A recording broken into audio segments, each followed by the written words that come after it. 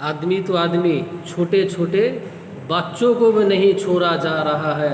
क्या हो रहा है देश में? कि आज की तारीख में 7 साल के मुस्लिम बच्चे को बख्शा नहीं जा रहा है। घटना अमरोहा की है दोस्तों। यहां पर एक बच्चा अपने स्कूल में बिरयानी लेकर जाता है।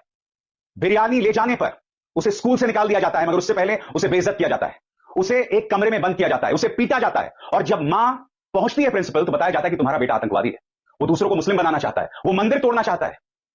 तुम्हारे अंदर इस कदर जहर भर दिया गया है ना कि एक 7 साल के बच्चे में तुम्हें अपराधी दिखाई दे रहा है, जबकि हर गुजरते दिन के साथ ये जो तुम्हारी जहरीली सोच है तुम्हें अपराधी बना रही है, लगातार अपराधी बना रही है दोस्तों। मैं लगातार सोचता रहा इस खबर को करना चाहिए नहीं करना चाहिए दोस्तों। मन खराब हो गया इस वीडियो को देखकर जो अब मैं आपको दिखाने जा रहा हूं। यह वीडियो दिखाने से पहले मैं आपसे माफी मांगना चाहता हूं, क्योंकि मेरा बिल्कुल भी मन नहीं था मेरे इस मंच पर जिस तरह से 7 साल के एक बच्चे को बेइज्जत किया गया वो वीडियो आपको दिखाया जाए।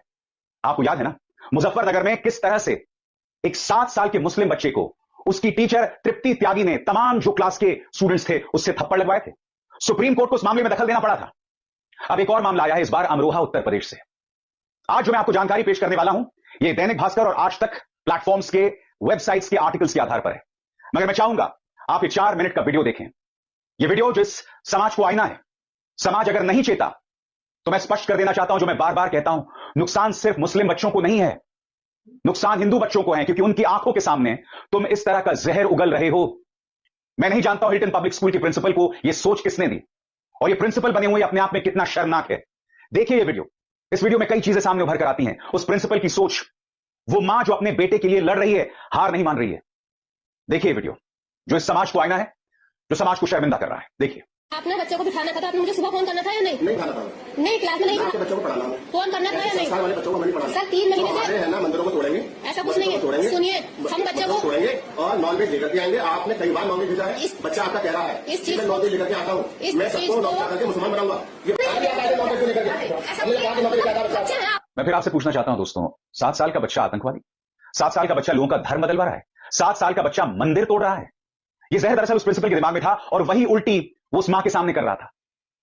वो प्रिंसिपल नहीं सुधरने वाला है। कल को उस बच्चे को इंसाफ भी मिल जाए, क्योंकि याद कीजिएगा मुजफ्फरनगर में जिस मुस्लिम बच्चे को तमाचे मारे गए थे उसे आखिरकार अपना स्कूल बदलना पड़ा था। इस बच्चे को भी अपना स्कूल बदलना पड़ेगा, मगर ये सोच नहीं बदलने वाली है, क्योंकि 10 साल से जो लोगों की नसों में जहर भरा गया है ना, जब लोगों को यह समझाया गया है कि भाई हिंदू खतरे में है, मुसलमान से खतरे में है। मैं फिर आपसे पूछना चाहता हूं दोस्तों, हम हिंदुओं की तादाद 80% है, क्या हमें अपनी तादाद पर भी भरोसा नहीं है? क्या हमें अपनी शिक्षा, अपनी बुद्धिमत्ता पर भी भरोसा नहीं है? 2014 से पहले कोई हिंदू खतरे में नहीं था, हम ये कहीं नहीं सुनते थे हिंदू खतरे में है। मगर 2014 के बाद हिंदू हृदय सम्राट के प्रधानमंत्री बनने के बाद और उत्तर प्रदेश में दूसरी बार मुख्यमंत्री आदित्यनाथ मुख्यमंत्री बने हैं, तब आपको हिंदू खतरे में दिखाई देता है, तब ये प्रिंसिपल इस कदर जहर उगलता है। तमाम एजेंसीज दोस्तों इसको लेकर क्या खबरें कर रही हैं आपके स्क्रीन पर। अमरोहा में एक स्कूल प्रिंसिपल ने कक्षा 3 में पढ़ने वाले छात्र को स्टोर रूम में बंद कर दिया, उसका स्कूल से नाम भी काट दिया। बच्चे का कसूर सिर्फ इतना था कि वो अपने टिफिन में बिरयानी लेकर आया था। छात्र की मां प्रिंसिपल अवनीश कुमार शर्मा से स्कूल पहुंची मिलने, बच्चे का नाम कटने का कारण पूछा तो प्रिंसिपल भड़क गए, दोनों के बीच जमकर तू मैं हुई। प्रिंसिपल ने बच्चे की मां से कहा आपका बेटा आतंकवादी है, स्कूल के मंदिर को तोड़ता है, क्लास के बच्चों से कहता है कि उन्हें मुसलमान बना देगा। मामले की जांच के लिए बीएसए ने 3 सदस्यीय समिति बनाई है। मुस्लिम कमिटी पीड़ित परिवार के पक्ष में आ गया है। केंद्रीय शिक्षा मंत्री को लेटर या खत भी भेजा गया है दोस्तों। यह वो लेटर है जो मुस्लिम समिति ने भेजा है और इसी के आधार पर अब 3 सदस्यीय समिति बनाई गई है। कल को अगर प्रिंसिपल पर कोई कार्रवाई हो भी जाए, मगर मैं आपसे सवाल पूछना चाहता हूं, जिस बेइज्जती का सामना 7 साल के उस बच्चे ने किया, उसे एक कमरे में बंद कर दिया गया। आपको अंदाजा है कि जिंदगी भर के लिए उस बच्चे के मन में खौफ, वो सिहरन बैठ गई है। कैसे में यह बच्चा सामान्य नागरिक बन पाएगा?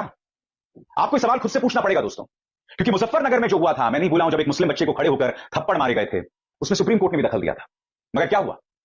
फिर वैसे ही घटना उभर कर आती है अमरोहा उत्तर प्रदेश में, जहां सिर्फ बिरयानी लाने पर एक 7 साल के बच्चे, 17 साल नहीं दोस्तों, 7 साल का बच्चा, उसके साथ ऐसा हुआ है।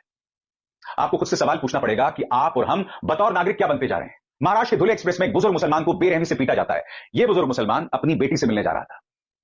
वो जो मांस लेकर जा रहा था उसे खाने की इजाजत महाराष्ट्र में है, मगर बावजूद से उसको बेइज्जत किया गया, उसे मारा गया, उसे पीटा गया। मैं आपसे समझना चाहता हूं, इनमें से एक व्यक्ति जो उन्हें मार रहा था, वो व्यक्ति बाद में पुलिस ज्वाइन करने वाला था। अब सोचिए दोस्तों, ये लोग जो पुलिस ज्वाइन करेंगे, जब वो नौकरी में होंगे, तब क्या आप उनसे इंसाफ की उम्मीद कर सकते हैं? बिल्कुल नहीं कर सकते हैं। बुलडोजर को लेकर हाल ही में सुप्रीम कोर्ट सख्त हुआ था। उन्होंने कहा था कि भाई कोई भी व्यक्ति अगर आरोपी है तो उसके घर पर बुलडोजर नहीं चल सकता है। अगर एक बेटे ने गुनाह किया है तो उसकी सजा उसके परिवार, उसके पिता को नहीं मिल सकती है। सुप्रीम कोर्ट ऐसी नसीहत जारी कर देता है, मगर क्या समाज पर उसका कोई असर पड़ता है? क्यों नहीं पड़ रहा है? अगर 10 साल में गोदी मीडिया और भारतीय जनता पार्टी ने अपनी जहरीली राजनीति से देश की फितरत, देश की सोच को बदलने का काम किया है, तो मुझे पूरी उम्मीद है कि 10 साल अगर मीडिया जिम्मेदार हो जाता है, अगर जहर नहीं बोलता है, तो हालात बदलेंगे। अगर मीडिया सामान्य हो जाता है, अगर मीडिया सांप्रदायिक सौहार्द की शिक्षा देता है, जो वो देना भूल गया है, तो हालात बदलेंगे। मैं एक बात स्पष्ट कर दूं दोस्तों, ऐसा नहीं कि इससे पहले समाज में दंगे नहीं हुए, ऐसा नहीं कि इससे पहले मुसलमानों को निशाने पर नहीं लिया गया, मगर मुख्य धारा का मीडिया दंगाई के तौर पर मैदान में नहीं उतरा है। राजनीतिक दल, जिसमें गृह मंत्री से लेकर प्रधानमंत्री तक, इन्होंने